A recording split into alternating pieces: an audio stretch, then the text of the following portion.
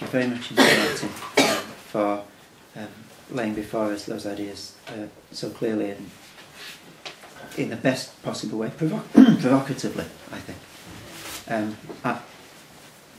I'm going to take the liberty of diving in with the first question, if I could now. I'll try and keep it as brief as I can, because I know there'll be lots of other people here who've got questions as well.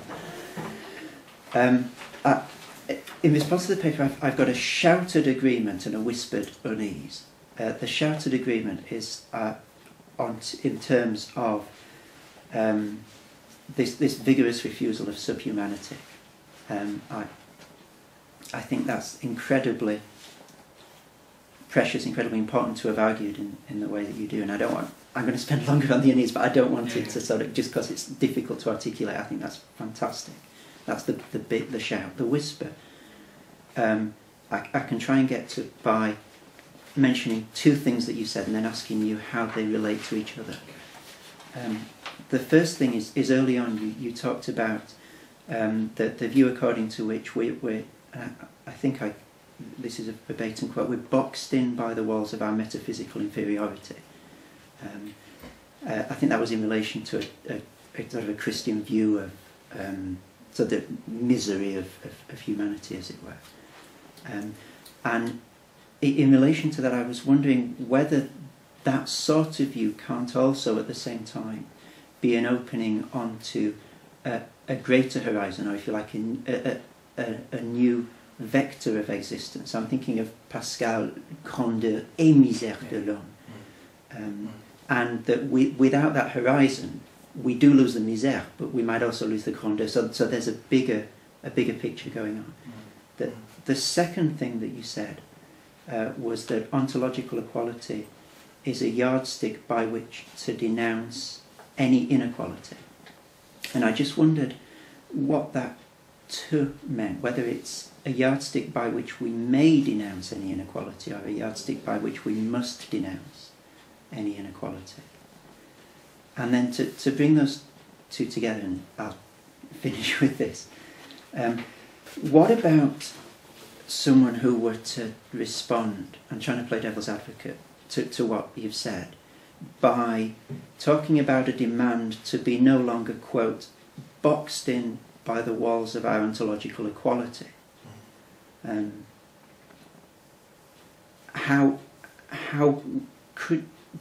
your position defend itself? Does it need to? Is it appropriate to think of it in the category of defending itself against that sort of position?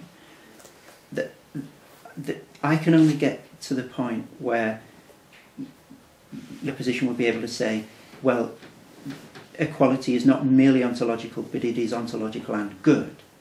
And I'm not quite sure where that's coming from. And then the final sentence, you said later on the alternative might be much less attractive. And again, it's what is attraction there? Where's it coming from? What work is it doing? Yeah. Where does it stand? Yeah. Okay. I'm going to fail to address those properly, Chris, I'm afraid, but I'll have a go.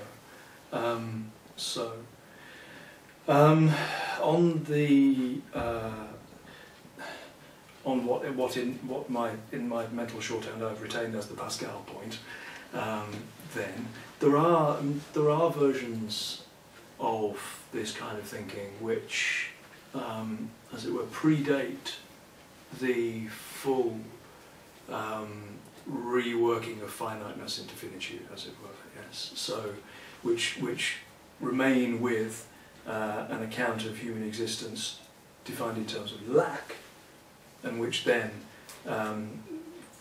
in which then that lack is the motor for a kind of egalitarian politics, and that's what you find in, say, unity masculine would be a strong example of that. Bataille also, to an extent. This is very tricky because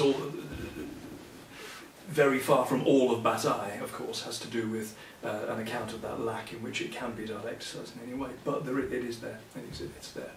And those come really in the 50s, and so predate the real. Although Lévinas has already had the critique of being towards death in Lévinas in the end of the 40s, but really it's Blanchot and Nancy who really turn that into the kind of finitude that I'm talking about here. So there are, even within, very close to this kind of thinking, there is an account that, as it were, looks a bit more like that, which would affirm negativity as the one pole in a dialectic of that sort. The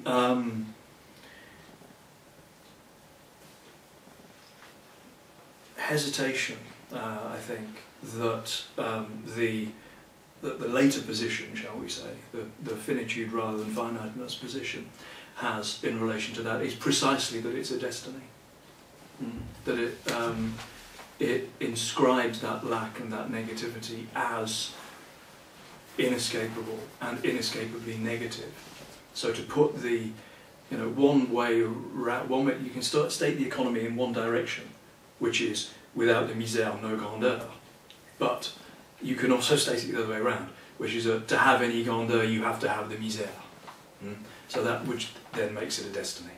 And that would be where, interestingly, actually, where the revision of finiteness into finitude actually is motivated by the same thing as the critique of finitude by Badiou and Rancière, i.e. that precisely we don't want it to be. I mean, in the finitude thinking, it's a destiny because it's strongly dialectical actually as well. And those two things are linked, that dialectics is that kind of economy.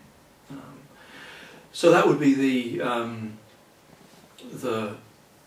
danger of that kind of the Pascal position, as I've decided to remember it.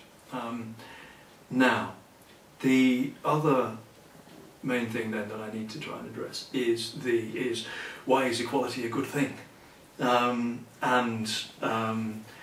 So on the yardstick to denounce, it's the former rather than the latter of the alternatives that you gave me. It's a yardstick which we might deploy in order to, yes, but, and this is the rhetorical move that this position entails, it's a yardstick that we might deploy in order to denounce this, and precisely by claiming that because we're talking about an ontological description, that this, as it were, ought to have more weight than certain other yardsticks. Now, that's not, I'm not proposing that as a sufficient ground for that argument. What I mean actually simply is that it looks like quite a big stick. And that's I really think that is, in terms of the possibility of finally saying, why is equality a good thing? To your straw bigot who wants to break with even the notion of ontology, doesn't want to be boxed in by the notion of ontological equality. I don't have a position. I don't think anything that I've touched on here develops a position from which I can say, no, you can't say this is how it is and therefore you should not do that. Right? You can say, what this comes down to is saying this is how it is, and in relation to this, I'm going to argue that you should not do that. And then we have an argument. Which I guess, and so yeah, then we have an argument which may be of the nature of a différent in Lyotard's terms, that if you want to say, I don't give two hoots about equality, then we may not have much to say to each other. Or we might have to have a fight. No. We'll do that afterwards. We have that conversation because my question is what is the implications of your politics of finitude? And it's quite simple really, but what is the political arena, and what do you want to do with this? You've written a book, and it's what do you think it can do, and how can you talked about Deleuze and Guattari right at the end, that the resistance to the present, how can what you're presenting, what can that do in relation to the resistance to the present, and how can we, Deleuze said, how can we believe in the world again, and how, more than that, how can what you're presenting as a politics and an ontology, or, well, yes, ask questions about that. But what is it providing for those who are suffering and those who are exploited? Oh, well, immediately and quickly and straightforwardly, in response to that final sentence, not a great deal. Which is not to say, though, that this kind of intervention is necessarily worthless. I mean, the distance between me articulating this and the destitute is immense. So what can we do about the destitute? What I was going to say, I think, was that this, I think, simply, I would conceive of this kind of intervention as different, let's put it a different way, different fields require different kinds of intervention. Yes, I mean there are many ways in which the struggle needs to take place, and the field of the academic study of contemporary French thought requires this kind of intervention as part of a contribution to a generalised effort. But there's no, I don't think there is necessarily any direct connection. There may be no direct connection in any way between this kind of thing and concrete action, or there may.